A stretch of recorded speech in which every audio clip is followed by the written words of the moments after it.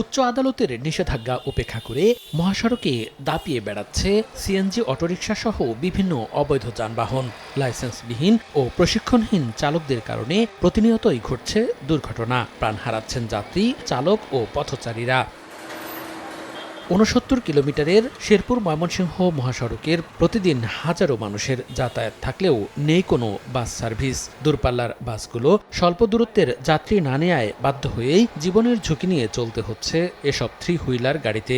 বেপরোয়াভাবে চালায়, তার জন্য ওদের অদক্ষতার জন্য এই অ্যাক্সিডেন্টটা হয়েছে। আইনের আওতায় নেওয়া উচিত এবং কি তাকে আইনের পরামর্শ দেওয়া উচিত এবং তাদের লাইসেন্স আছে কিনা এগুলো দেখা উচিত। দুর্ঘটনার হার কমাতে মহাসড়কটিতে বাস সার্ভিস চালুর দাবি এলাকাবাসীর।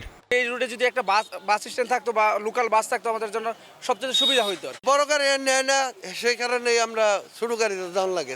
আমাদের জীবনের ঝুঁকি থেকে রক্ষা করার জন্য বড় গাড়িগুলো উচিত যে তারা যেন আমাদেরকে সার্ভিসটা দেয়। হাতের কাছে যেহেতু সিএনজি পাওয়া যায়, এই জন্য আমরা সিএনজি দিয়ে এখন আপাতত চলাফেরা করতেছি। আগে সিএনজি বন্ধ করতে হবে, তারপরে যাত্রীর চাপ বাড়লে আমরা চেষ্টা করব গাড়ির টাইম টেবিল দিয়ে দেবো, 1 ঘন্টা 20 মিনিটে তোমাকে ময়মনসিংহ যেতে হবে।